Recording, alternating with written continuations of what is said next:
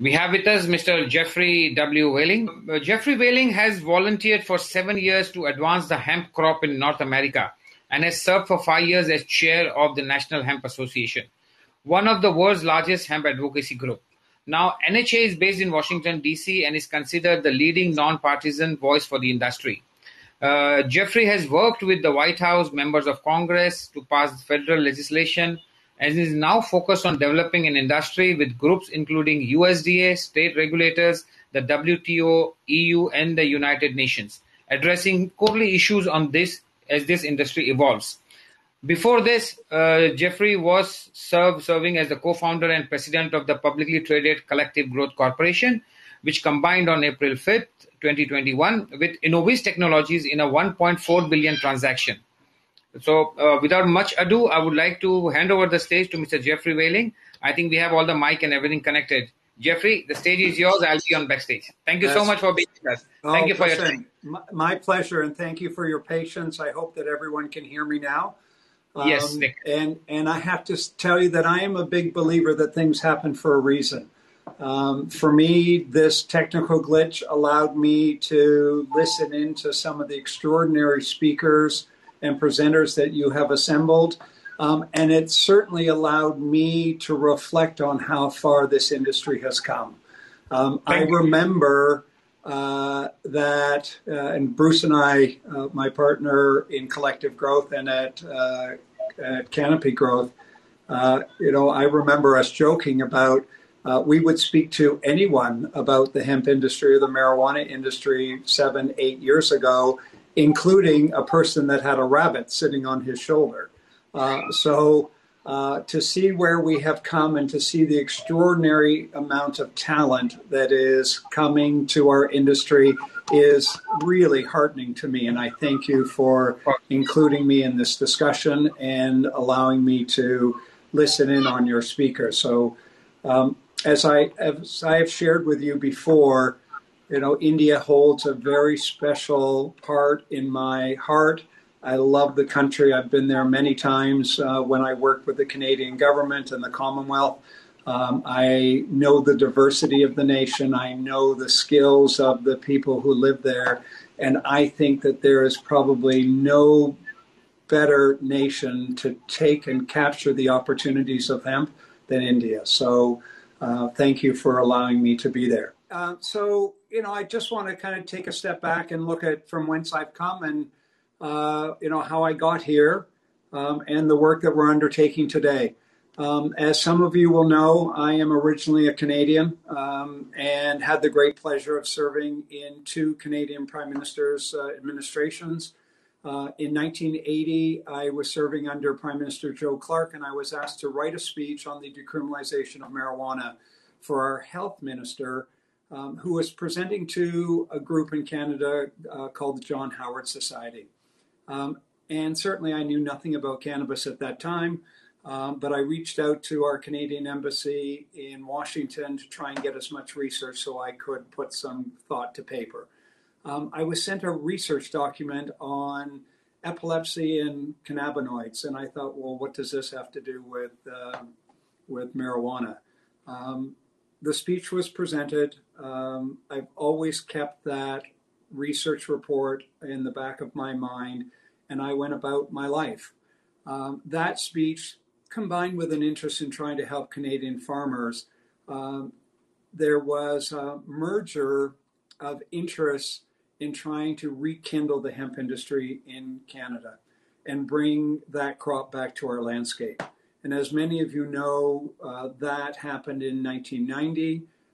And I have been an observer from afar watching what happened with that industry. I went about my business and became the promoter of the IndyCar races in Canada, the North American version of Formula One. I promoted races in Toronto, Vancouver, and Montreal. Not only did I develop a skill set in working with government and the private sector to produce those events, but certainly looking at ways that we could collaborate with not-for-profits and others to accomplish our goals. That skill set certainly has helped me as I've moved forward to help advance the industry that we're all interested in today. through that relationship, I had the great pleasure of developing not only a lifetime friendship, but also a working business relationship with an icon of American cinema, Paul Newman. For those of you who are not aware of Paul Newman, it might suit you to think more of his philanthropic efforts. Mr. Newman used his celebrity to create an entire brand of products here in America that are now available globally called Newman's Own. And the business model of that effort is to use all profits to go to charity. And Paul Newman was a big believer in providing children around the world with an opportunity to have fun, no matter their medical conditions. And so anything that Paul and I did, as we even worked to advance a green Grand Prix in New York City, which is in part now the advent of the Formula E race that happens in Brooklyn, we were always focused on doing good and contributing back to society. I moved to Pennsylvania with my now wife. We live on a farm, and Newman called me one day and asked me, what I was doing out in the middle of nowhere. And he and I took on some additional efforts, and he passed away. A number of years later, I, like many Americans, saw the story by CNN reporter Sanjay Gupta about a young girl from Denver area that was using an extract from the marijuana plant to remediate her Dravet syndrome. Although Newman had been dead, I heard his voice go off as it normally did when he was alive, saying, "Get off your ass and go and help those people." So I went to Colorado. I tracked down the mother of Charlotte Figge Page. I went and visited with them. I met with the Stanley brothers. And when they told me their story about extracting this oil from a marijuana plant that didn't have THC in it, and I said, "Oh, you mean hemp?" And they said, "No, marijuana that doesn't have oil or doesn't have THC in it." And I said, "Wouldn't that be hemp?" And I remember Joel Stanley saying to me, "Who are you and what do you know about hemp?" And I said, "Well, we grow hemp in Canada. We have for 26 years at that point. Don't we grow hemp in America?" So on my flight home, I did a lot of research. I found that I actually lived in the epicenter of the hemp industry at its very beginnings in America. I live amongst the Amish and Mennonites and Moravians who, when they fled a religious persecution from Europe, came to this region, and they came with their hemp seed. So a lot of the industry that is built today in Pennsylvania, Betsy Ross's original flag, drafts of the Declaration of Independence, legislation like the first act in the Commonwealth of Pennsylvania, which was the Patriots Act to grow hemp. All are part of the fiber of this Commonwealth, and certainly Kentucky had a big role. And I thought, you know what, I can take this on. So I joined with Paige. We created the Coalition for Access Now, which became the largest CBD advocacy group in the nation. We passed legislation for CBD in 18 states. We then set our sights on Congress. And when we got there, we tried to introduce the Charlotte's Web Act with the support of a Pennsylvania congressman. And I realized quickly that the word cannabinoid sounded too much like cannabis, and it just was foreign to many members of Congress. So they weren't really going to be supportive of this. And that's when Paige and I had a discussion. She thought that I was giving up on the mission and our goals, but I said, I think that the bigger opportunity is for us to look at this as trying to help the American farmer. I live on hundreds of acres of farmland. I watch the farmers farm our land, soy and corn, and I asked them, why aren't you growing hemp? The question was always the same. How do I grow it? How do I plant it? Where do I get seed? And where do I sell it? So from that, we established the Pennsylvania Hemp Industry Council. We passed legislation here very quickly on that model of trying to help the American farmer. And then we went out to help a number of other states. I had a group approach me from Colorado and asked me if I would join their national movement that was the National Hemp Association, and I said, sure, why not? It's always been a thread in my fabric to be of assistance, and I thought that my background in business, in politics, and working in government might be of benefit to the movement. So the National Hemp Association was based in Colorado. I thought, well, if we're going to be a national organization, we need to move.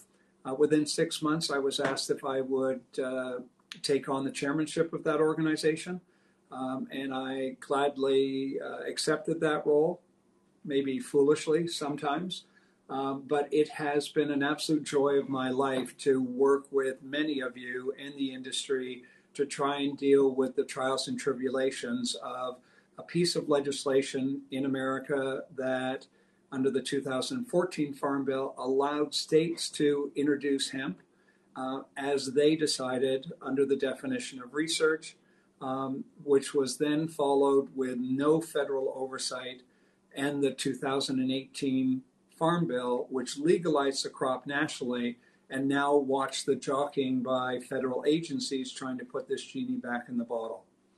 Certainly, I started in the CBD space, and I don't mind sharing with you that CBD has become the bane of my existence. It is one of the biggest challenges that we face today. The issues around Delta 8 are certainly, I know the reasons why people are advancing Delta 8. It is the lifeline for the CBD growers and industry. But I also am a person that worked with Congress to pass the 2018 Farm Bill, and at no time were we ever contemplating that hemp would become a psychoactive dietary supplement. So I know that, based on a lot of the speakers I've heard so far today, that we all are of the same mindset. We need standardization. We need regulations. And the unfortunate thing for us is, although the FDA is that body that will provide regulations to us, and the world is waiting for the FDA to do that, they have recently released a document outlining their priorities over the next 2 years in giving guidance on medical, dietary, food issues, and hemp is nowhere on that list. So we now need to rely on the legislatures, the Congress, to adopt legislation to help us move issues forward.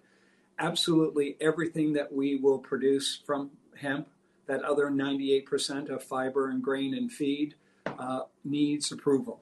And in order to get approval, not only here in the United States, but around the world, we need research.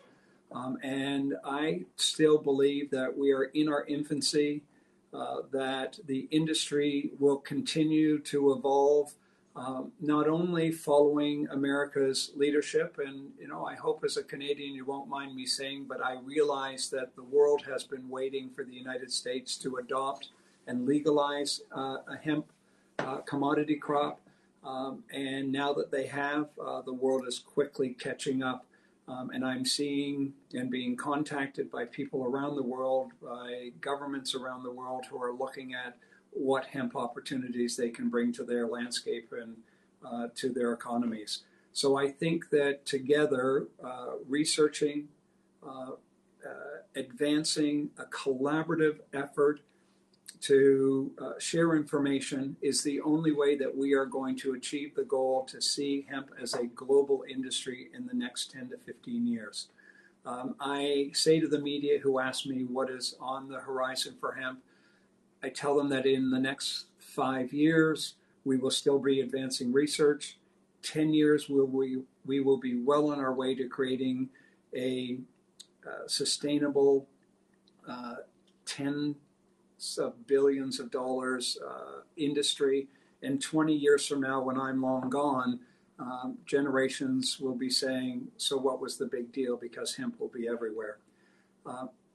The opportunity for us at the National Hemp Association, for our members, but for all of you globally, is to look at what's happening under the Biden administration.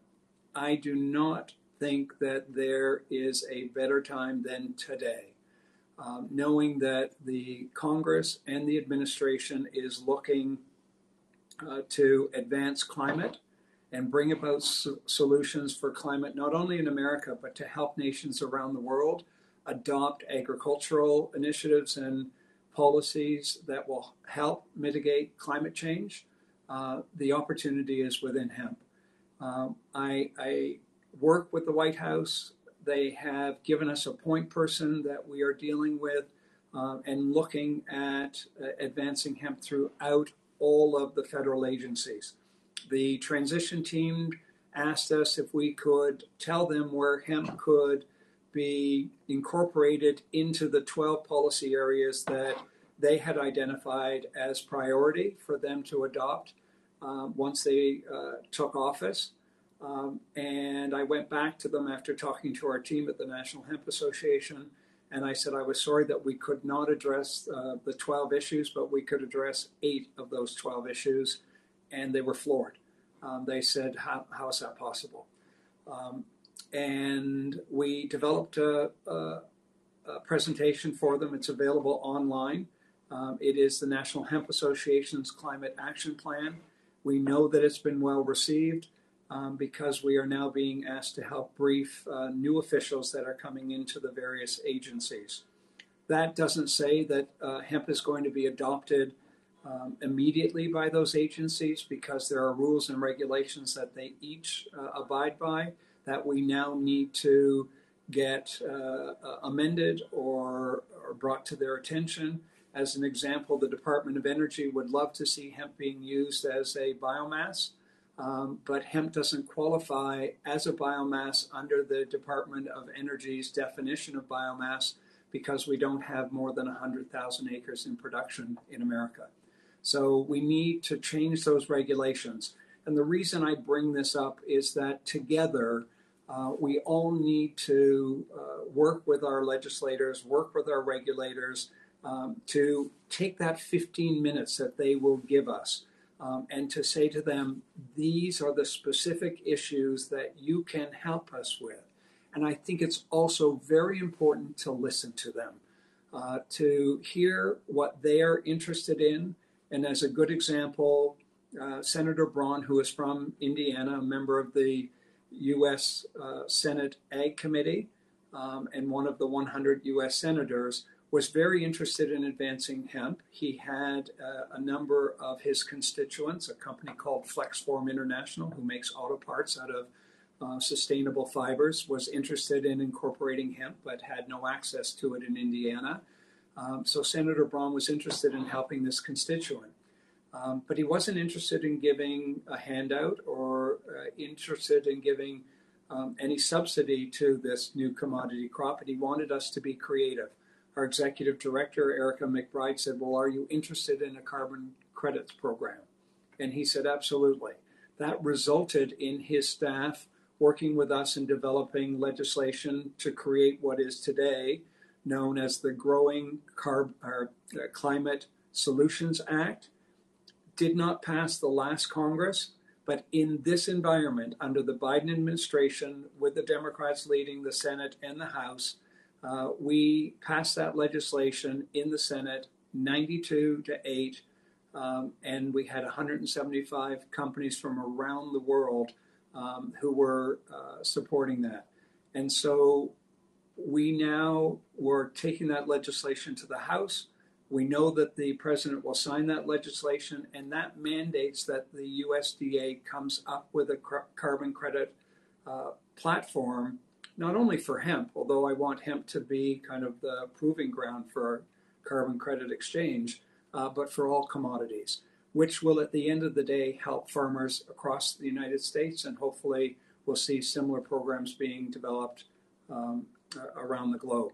So, they are slow, incremental changes.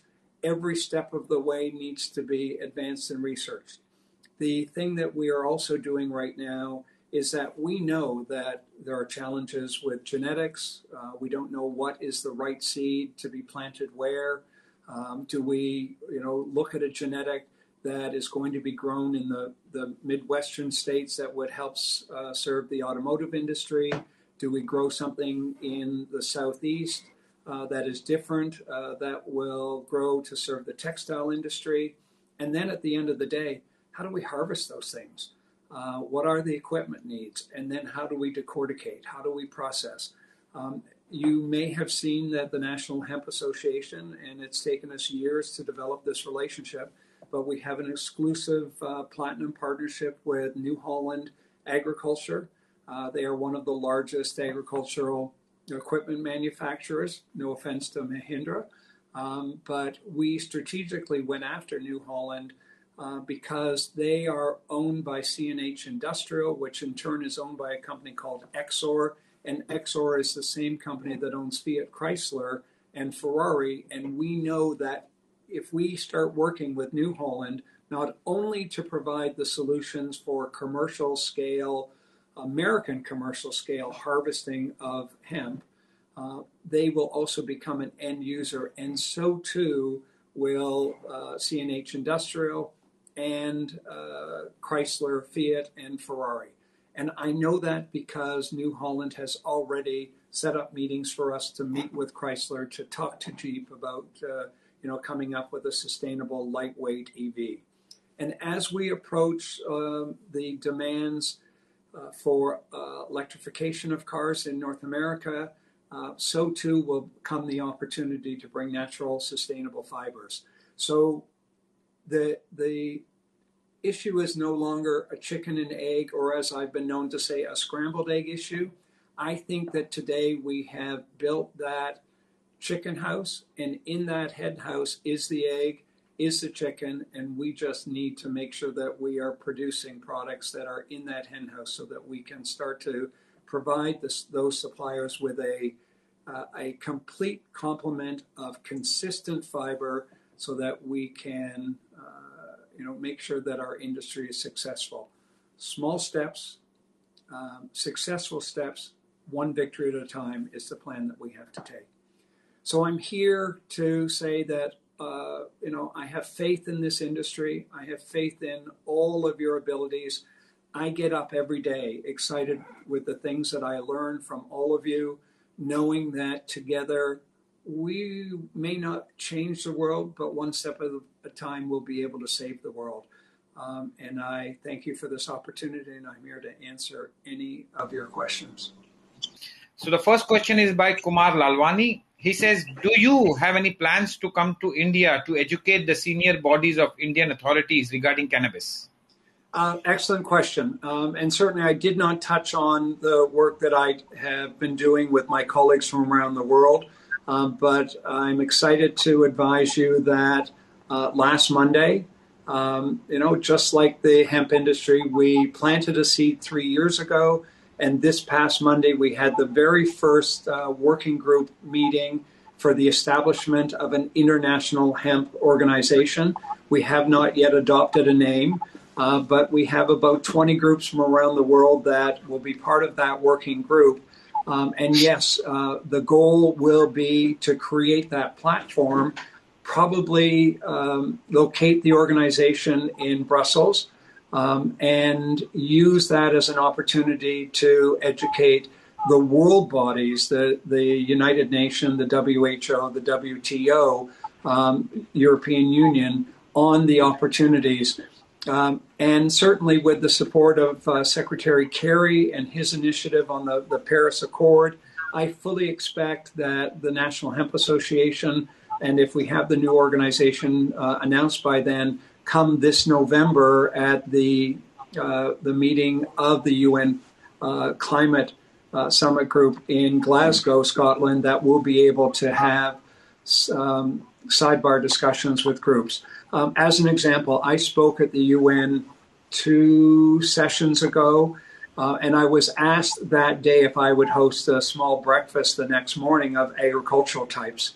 I ended up with 28 secretaries of agriculture from around the world who were very interested in this crop. Many of them spoke a different language, but they were very interested in the presentation. I think that again, because hemp has now been legalized by the United States, it provides an opportunity for us to do things around the world. And I'll be happy to come to events. The advent of having Zoom and COVID has certainly taught us that we can communicate this way as well. So please, if I can be of help, I'm here. Okay, thank you, Jeff. The next question is by Jerry Robinson. He asks, what is the commitments to helping the African American farmers in the USA? Does your organization have any programs or plans to help Black and minority farmers? Could not be a better question. And if anybody has seen me speak, it is the very last thing I say before I close my presentation.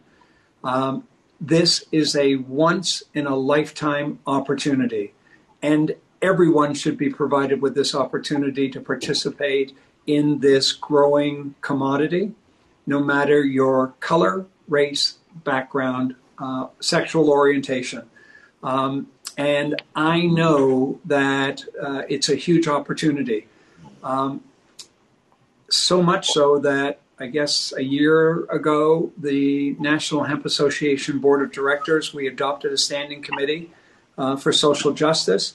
And I'm really pleased that every other national group in the United States has followed our leadership. And it is specifically, it's an arm's length organization. It is principally made up of African Americans and those who have been displaced and forgotten. And certainly they provide us with policy and directions, initiatives that we can advance. They are fantastic individuals who have opened my eyes and have given us additional motivation to get this opportunity. I think that USDA Secretary Vilsack is very aware of the concerns and the disproportionate opportunities that have been given to white farmers and big farmers and the others that have been displaced. And I think that you're going to see a lot of change come about. But an excellent question, and certainly it's an absolute priority for me, not only in the United States, but around the world. Okay, thank you, Jeff. The next question is by Jesse Henry. Are you looking to invest in companies that are building a reliable American industrial hemp supply chain? Yeah, so I did not talk about Bruce and my work, not only at Canopy Growth, but at Collective Growth. Some of you may know that when Bruce was fired, he loves for me to say he was fired from Canopy Growth. He and I left Canopy Growth because the board was really not interested in pursuing the focus of fiber and grain that was my attention. And Bruce and I waited until our non-competes ended, and then we announced the establishment of Collective Growth. We used the advent of this virtual platform. We were the first to go and conduct a roadshow in trying to establish a publicly traded company. And much to the chagrin of our underwriters, we undertook about 7 hours worth of meetings virtually, and we were looking to raise $150 million for Collective Growth. We were oversubscribed and were offered $240 million. We took the 150. We provided all of those shareholders who showed interest an opportunity, so we couldn't all give them the stake that they wanted. And off we went. We chose something under SEC rules in America called a special purpose acquisition company, a SPAC. And a SPAC has very restrictive rules. The principal rules are had to invest 80% of the funds that were raised, so in our case, $120 million, in either acquiring or combining companies.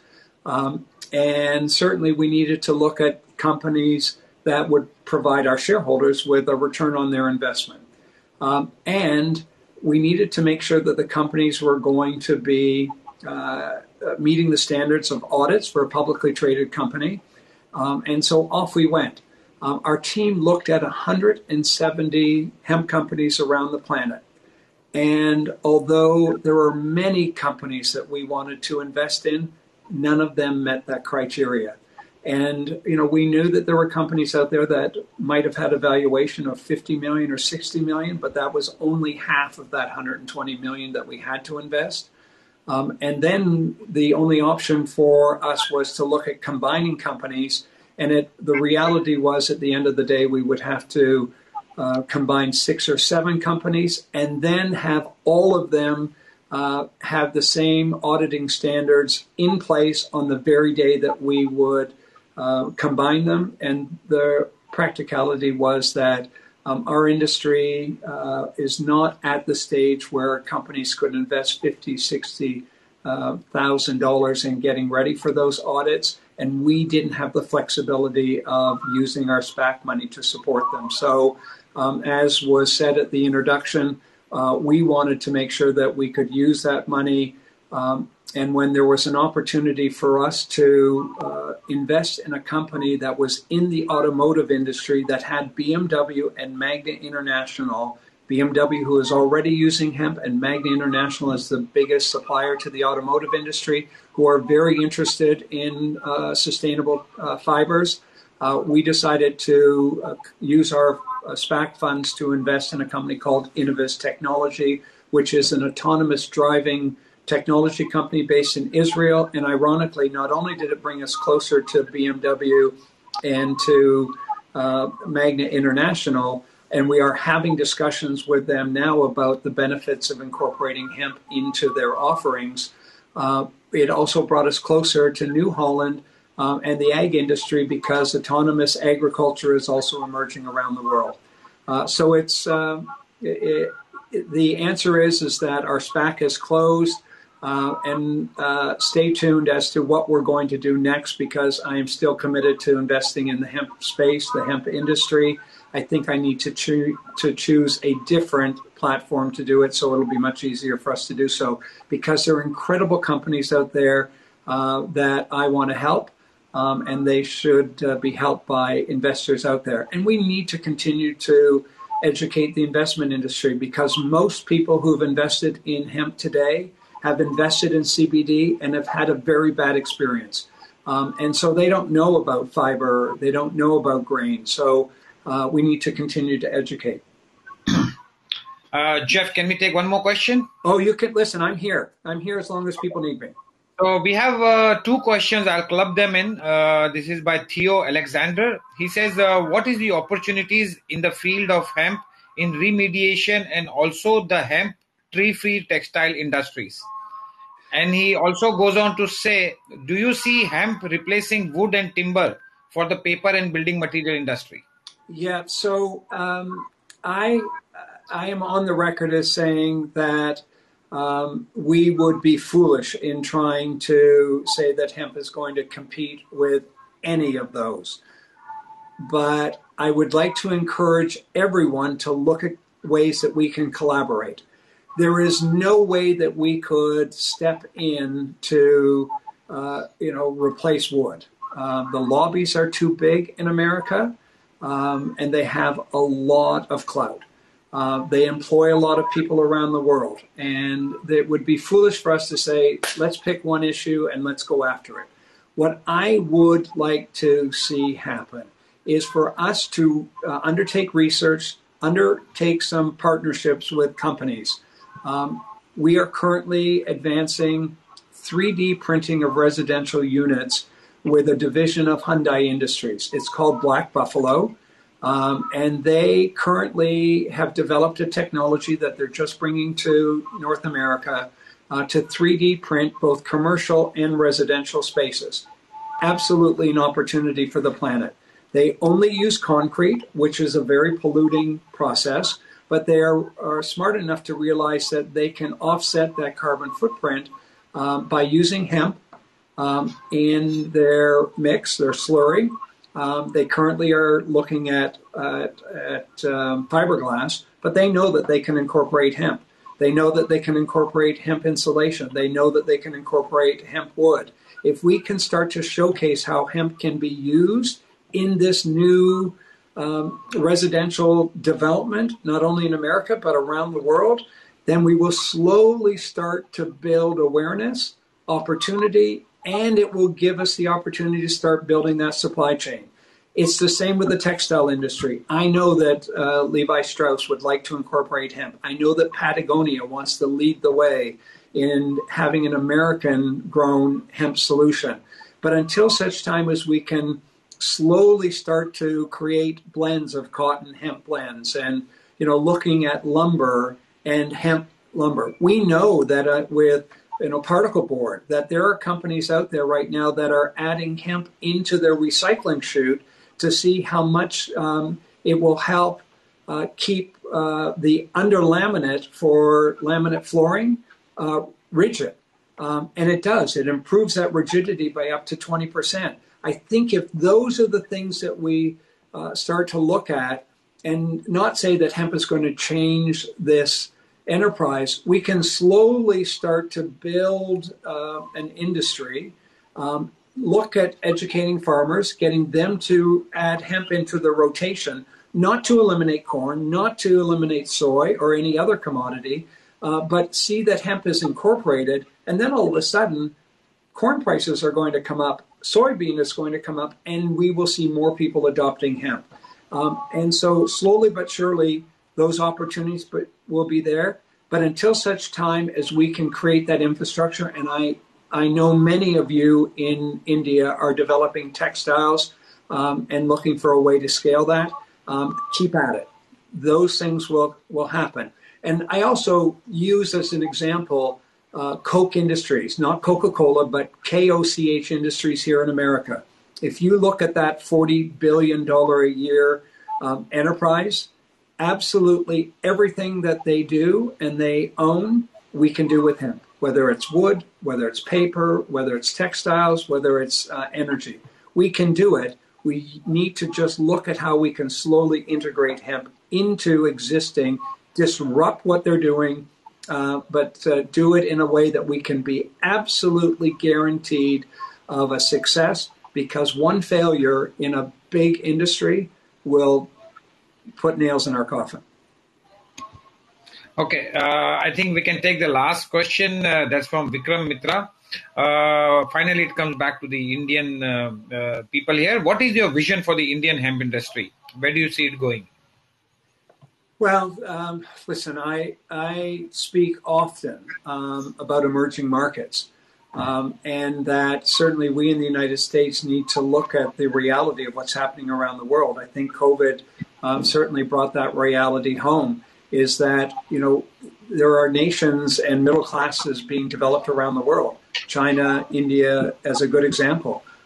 Either we start to develop new products that incorporate something like hemp that can help disrupt use of fossil fuels, or we're going to find out that America is going to be short and prices are going to go up on the products that we take every single day.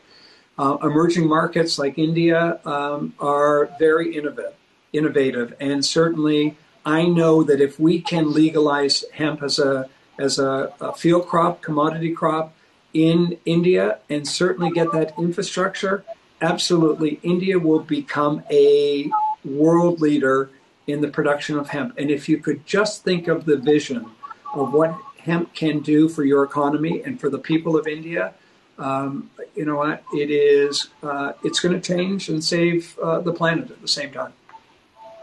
Well, myself personally, just before COVID started, a year back, I was trying to get connected to my state government in Maharashtra to see if we can persuade them to look into hemp cultivation and hemp farming as a means to elevate the farmer to a better status.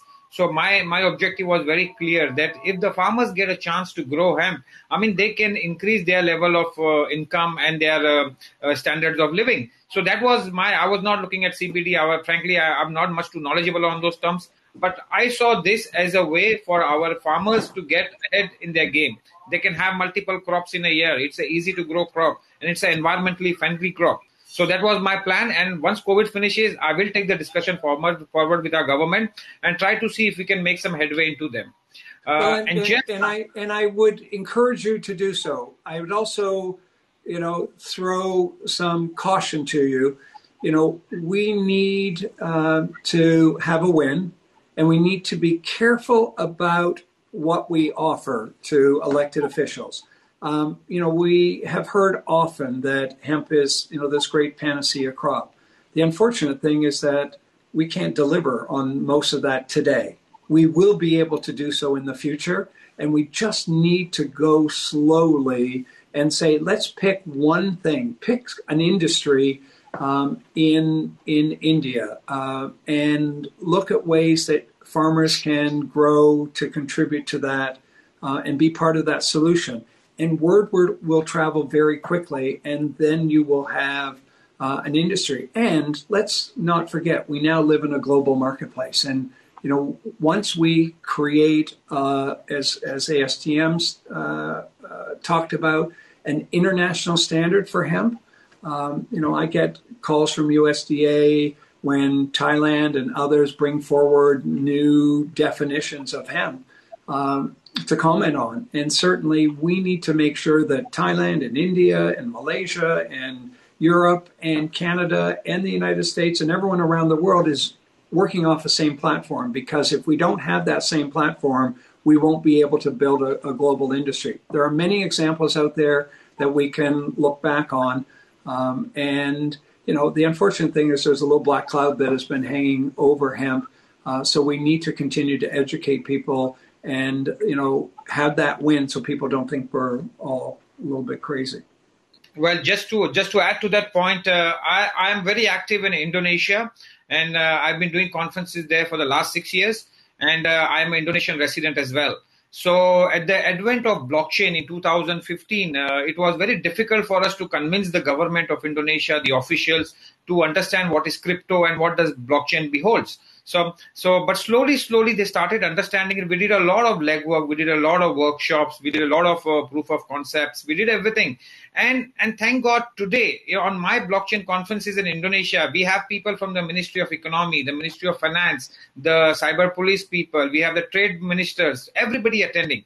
So I have started a very small dialogue with a couple of big industry people over there to see if we can get something going. I'm tying up with the Bamboo Federation of Indonesia to see if we can, through that aspect, if we can get some states of Indonesia to start some dialogue with the government from the associations to see if they can allow hemp farming, which can grow into a paper industry. We can go into the fiber and the yarn, or even because they're just scared about the whole, what you said, the black cloud that has been hanging, and we need to break that. So that was my comment. And it's really, we all need to be consistent in our messaging and demonstrate examples. We need a win. And certainly, I'm going to do everything in my power to have a win here. We're looking at developing a hemp industrial park, which has been a goal of mine for a number of years. But that will be a place that people will be able to come, see. We can advance, the opportunity, but we can make it real. And those are the opportunities we need to capture and then demonstrate so that people will become believers. Thank you, Jeff. Jeff, I have somebody on the chat joined with us. He's a great fan. You know him well, Abhishek. Hey. Hi, Jeff. I just wanted to get on to say, that conversation we had, long one, a couple of months ago, it was life-changing for me. And, our mission's like on steroids now. When you come out to India, we'll show you the end-to-end with changing lives. So it's amazing. Well, and you know what? I'm inspired by people like you every single day. I'm a volunteer at the National Hemp Association. It is my great pleasure because, I believe that we can change the world. And if I can do my little bit every single day to inspire people and to help people through, listen, there are times when people kind of hold me up on some strange pedestal. That's not who I am. It's not who I'm, it. It's not who I ever want to become. I'm here to help. I don't know the answers. I've got an incredible team around me, but I will do everything I can to find those answers for people and, advance the world. Listen, the things that I've learned from you and what you've been able to achieve in India is inspiring. And why can't we? You know that I've worked with Whoopi Goldberg in developing her product, which unfortunately has been taken off the market. But it was specifically, it was rooted in the fact that she and her family suffered terribly from menstrual cramps.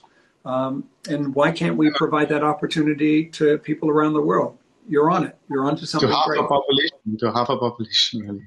Yeah, well, it was interesting. Whoopi said to me once, she said, I had this guy say to me, I don't know if anybody's really interested. And she said, you do know that every other person on the planet is a woman. And, exactly. Sometimes men forget those things. No, anyway, thanks. I mean, I was on the conference. I just wanted to, No, I watched your previous presentations, and again, I'm inspired. Listen, and again, thank you to my colleagues. We have a few national organizations in the United States. I think that we all have the same mission. I am hopeful that one day we can all speak with one voice, but right now we don't. But it'll come. It will come, and we need to have faith. At least we can echo for now. You can speak and we can echo for now. And then later on we can join the voice. Yep. So listen, share my contact information. Please reach out to the National Hemp Association. I am here to help, and I look forward to a time, I hope real soon, that I can come to India and, we can further these discussions. I have the brochure from Anna, and I'll check on it again, and then we can share it with all the people who have participated today.